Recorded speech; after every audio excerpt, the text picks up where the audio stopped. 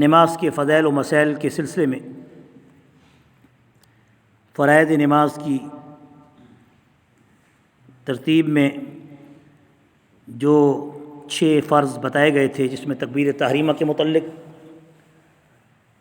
قیام کے متعلق، قرات کے متعلق تفصیل سے بات ہوئی۔ آج رکوع کے متعلق نبی کریم صلی اللہ علیہ وسلم کی احادیث طیبہ سے یہ بات منقول ہے کہ جب کوئی شخص نماز میں امام کے پیچھے آ کر اگر رکوع میں بھی ملے تو من ادرک الرکوع فقد ادرک الرکعہ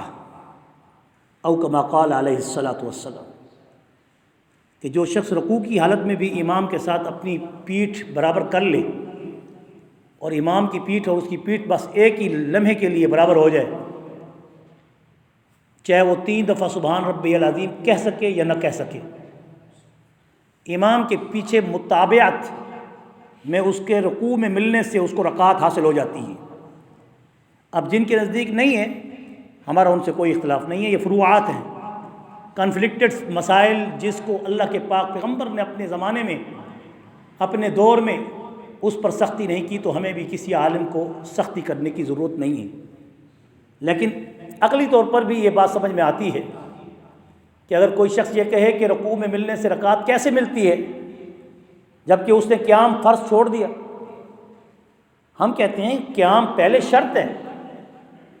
وہ پہلے آ کے قیام کرے گا اور قیام کے بعد پھر اس کے بعد رکوع میں ملے گا۔ اگر وہ آتے ہی رکوع میں چلا گیا تو اس کا قیام ہی نہیں ہوا، اور جو قیام میں آیا اور اس نے تکبیر تحریمہ نہیں کی تو اس کی تکبیر تحریمہ ہی نہیں ہوئی۔ تکبیر تحریمہ ہی فرض ہے، اگر وہ رہ گئی تو بھی نماز نہیں ہوگی۔ اگر قیام میں کھڑے ہونے والی کیفیت اختیار نہیں کی، ہاتھ باندھے یا نہیں باندھے، تو ایسی صورت میں اگر وہ کھڑا ہی نہیں ہوا ایک لمحے کے لیے کہ جس میں آرام سے 1 مرتبہ سبحان اللہ 3 مرتبہ کہہ دے، سبحان اللہ 3 مرتبہ، تو اس کا قیام ہو گیا،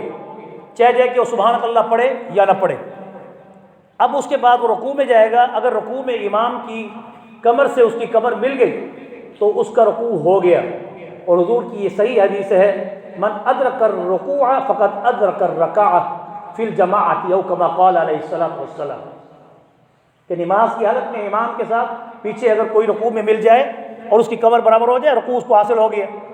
اب اس کا جواب کہ قیام بھی حاصل ہو گیا وہ بھی بتا دیا، لیکن بعض جن کے نزدیک قیام کی حالت میں کھڑا ہونا فرض جس طرح اور حضرات کہتے ہیں، اور وہ کہتے ہیں کہ رکوع میں ملنے والا رکعت نہیں پاتا، تو ان کو جواب یہ ہے کہ اگر ایک صف آخر میں ہو اور امام کھڑا ہو یہاں پر،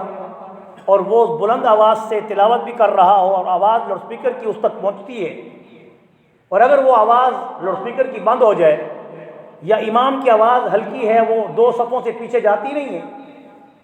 تو پھر وہ کیسے قرات سنیں گے، جبکہ قرات کا کرنا بھی تو فرض ہے۔ اب امام کے پیچھے جب اس کی قرات اس آخری صف والے کی امام کی قرات اس کے لیے کافی ہے، کیونکہ الامام مؤتمن الامام ضامن علی المؤتمن او کما قال علیہ الصلاۃ والسلام، حضور علیہ الصلاۃ والسلام کی یہ بھی حدیث ہے کہ امام ضامن ہوتا ہے اپنے مقتدیوں پر، اور امام کی جو نماز ہے قراءۃ الامام فقراءۃ اللہ او کما قال علیہ الصلاۃ والسلام، یہ بھی رسول اللہ کی حدیث ہے کہ امام کی جو تلاوت ہے وہ مقتدی کے لیے کافی ہے،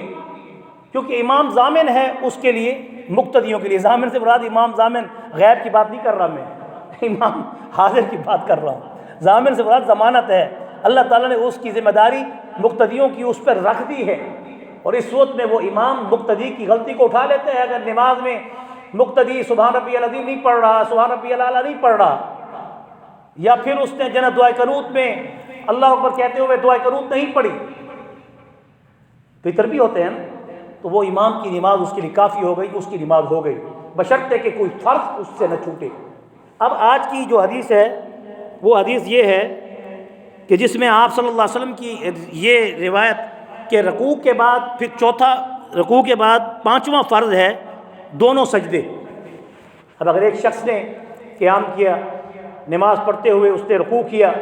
رکوع کے بعد اس نے پھر اس کے بعد کیا کیا، کھڑا ہوا، پھر اس کے بعد وہ سجدے میں گیا، تو دو سجدے بھی اس کے لیے کیا ہیں، فرض ہیں۔ اگر کوئی شخص رکوع بھول جائے تو اس کی نماز اس وقت تک نہیں ہوتی جب تک کہ وہ کسی رکعت میں بھی اس کو رکوع یاد آ جائے، اوہو میں نے تو پہلی رکعت میں رکوع نہیں کیا، یا میں نے پہلی رکعت میں دو سجدوں کی بجائے ایک سجدہ کیا، تو اسی حالت میں وہ رکوع میں جائے، جس حالت میں بیٹھا ہے یا کھڑا ہے۔ اگر اس کو دوسری رکعت میں قیام کے دوران ہی، نماز کی تلاوت کے دوران ہی اس کو یاد آ گیا، اوہو میں نے تو امام کے پیچھے میں تو سو گیا تھا، مجھے تو دوسرا سجدہ ہوا ہی نہیں، تو اب اس کو فوراً چاہیے پہلے سجدہ کرے۔ یہاں امام کی مطابقت نہیں ہے، وہ پہلے سجدہ کرے اور جلدی سے سجدہ کر کے پھر امام کی اس قرات میں شریک ہو جائے، تو اب اس کی نماز ہو جائے گی۔ اگر وہ اکیلے ہے تو پھر اس کے اوپر سجدہ صاحب بھی آئے گا۔ اگر وہ اکیلے نہیں ہے، امام کے پیچھے ہے، کسی ایک سجدے میں فجر کی نماز میں وہ سو گیا، اور اگر سویا بھی ایسی حالت میں ہے کہ اگر ہاتھ اس کے نیچے ٹکے ہوئے ہیں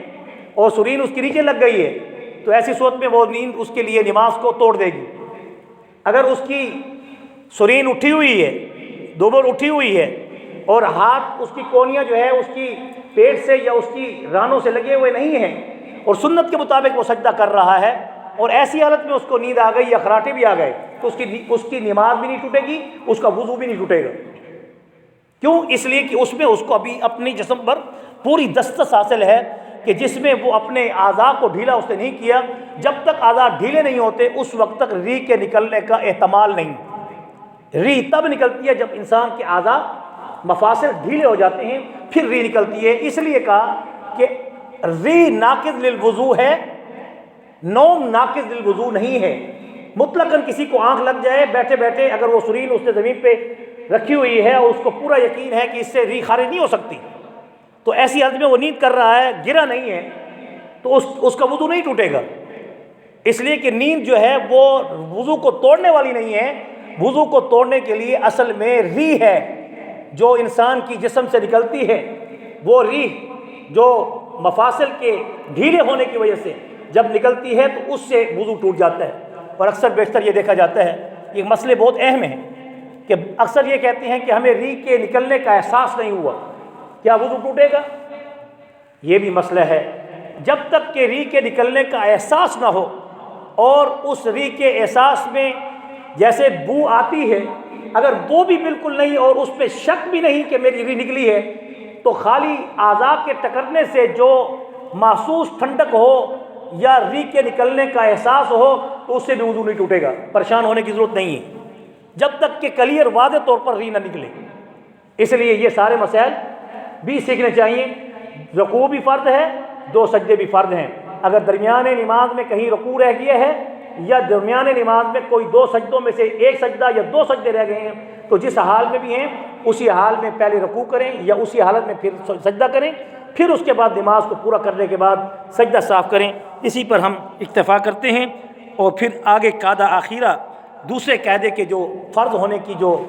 مسائل ہیں وہ انشاءاللہ اگلے درس میں ہوں گے، کیونکہ اس میں بھی کافی وقت لگے گا۔ اللہ تعالی ہم سب کو صحیح معنی میں اس مختصر وقت میں سمجھانے کی بھی اور سمجھنے کی اور پھر عمل کرنے کی توفیق نصیب فرمائے۔